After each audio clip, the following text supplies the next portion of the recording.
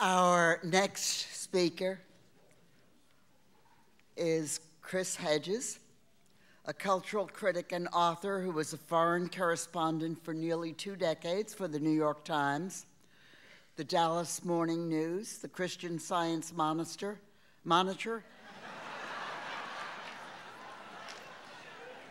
and National Public Radio. He reported from Latin America, the Middle East, Africa, and won the prize for explanatory reporting for the New York Times coverage of global terrorism. And he received the 2002 Amnesty International Global Award for human rights journalism.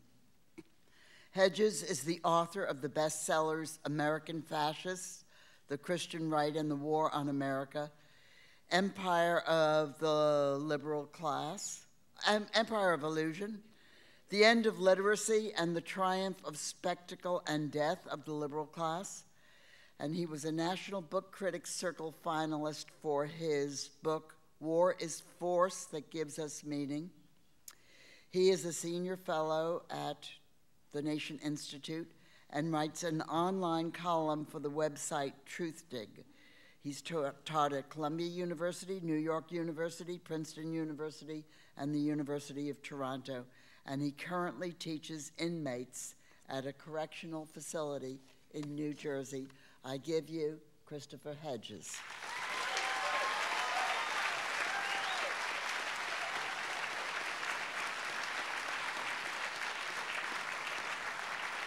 Thanks, and thanks, I mean, John's right. We have so little time left. In theological terms, I can't escape my seminary background. This is literally a battle for life against the forces of death. Alexander Herzen speaking a century ago to anarchists about that their task was not to reform the system but to overthrow it, said, "We think we are the doctors, we are the disease." And that's precisely what we have to be if we are going to survive as a species. I covered movements around the globe, all of the revolutions in Eastern Europe, East Germany, Czechoslovakia, Romania, all of the street demonstrations that brought down Slobodan Milosevic, the first Palestinian uprising or intifada, the second Palestinian uprising that took place about 5 years later. And I've learned that movements are organic. They have a life, a kind of centrifugal force that even the purported leaders of those movements do not understand or grasp. The fundamental task of the security and surveillance state, and all of these movements took place in states that had draconian forms of control, the Stasi in East Germany, for instance, although I would argue that at this point, the security and surveillance state in the United States is the most repressive apparatus and intrusive apparatus probably in human history.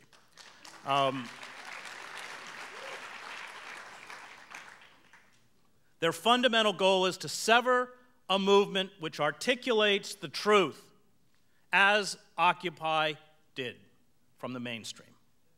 And as probably some of you know in this room, I have been deeply critical of the Black Bloc.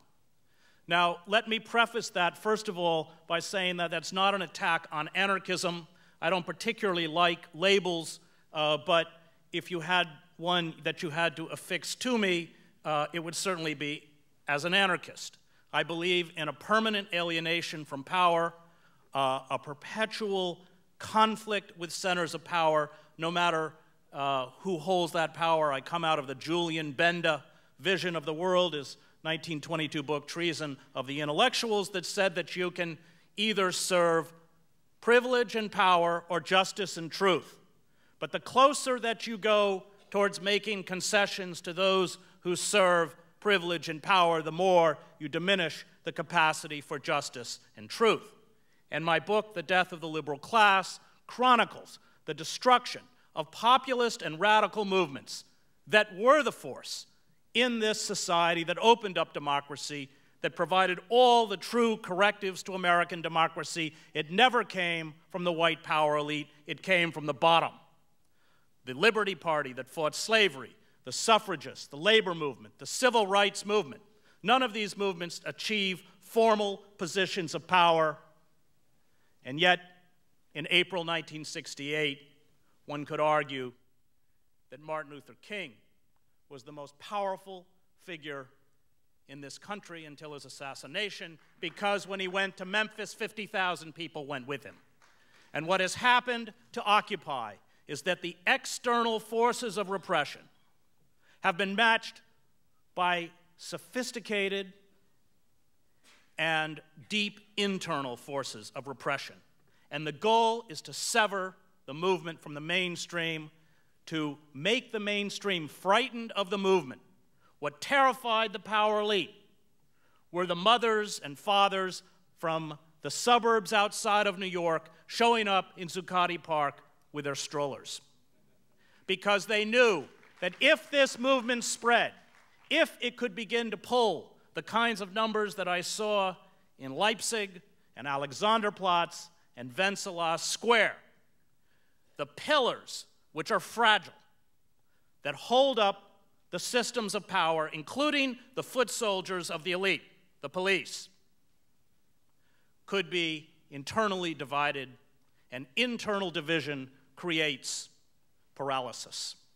And so my criticism of the black box is not a criticism of violence. I'm not a pacifist. I was in Sarajevo during the war when it was being hit with 2,000 shells a day, constant sniper fire, 4 to 5 dead a day, 24 wounded a day, 45 of my own foreign journalists killed. And we were surrounded by a trench system and understood that if the Serbs broke through that trench system, a third of the city would be slaughtered and the rest would end up in refugee and displacement camps. And that wasn't theory, because all we had to do was look at Vukovar or the Drina Valley. At that moment, I understand why you pick up a weapon. And yet, I believe that at this moment, our true power, as Václav Havel wrote, comes, whatever that incongruity is, from our powerlessness. I think that is our greatest weapon. We cannot compete internally or externally with the forces of the security and surveillance state that were on public display last night, because they can't allow this movement to take root again. Orwell said that all totalitarian societies rule through fraud and force, and now that fraud has been exposed, and force is all they have left. When I was in Leipzig,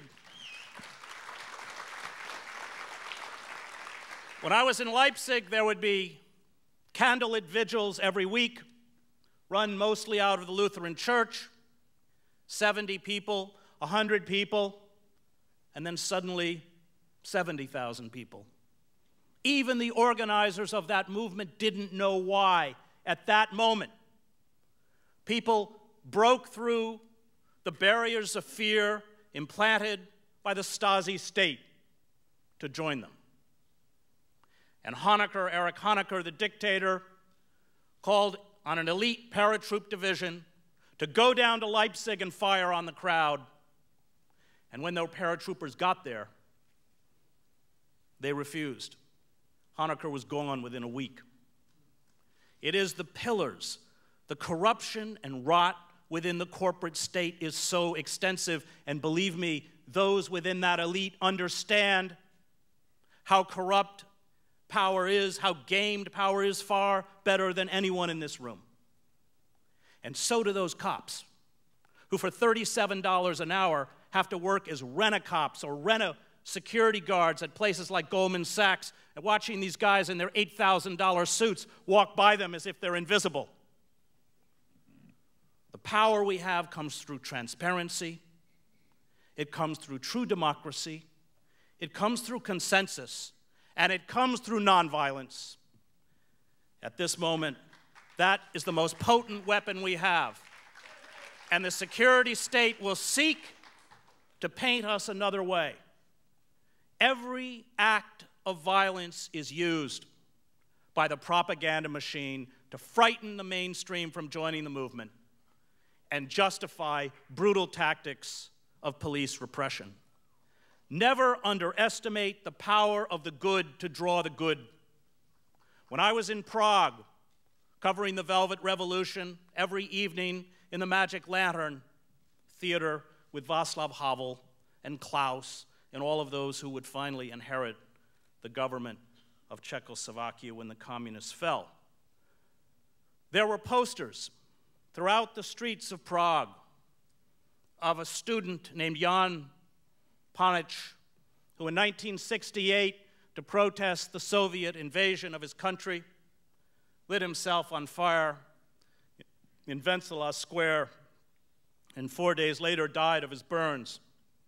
When students from Charles University joined the funeral procession, they were broken up by police.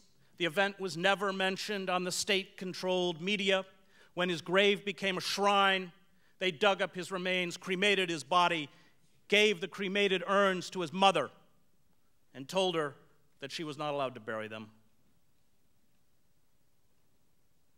3 weeks after the government fell, 10,000 people were in Red Army Square to rename it in his honor.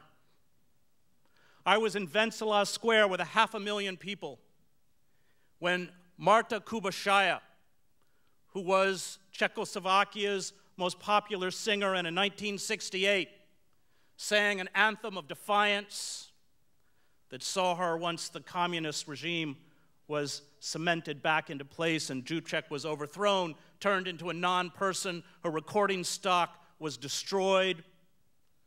Her voice did not appear on the airwaves.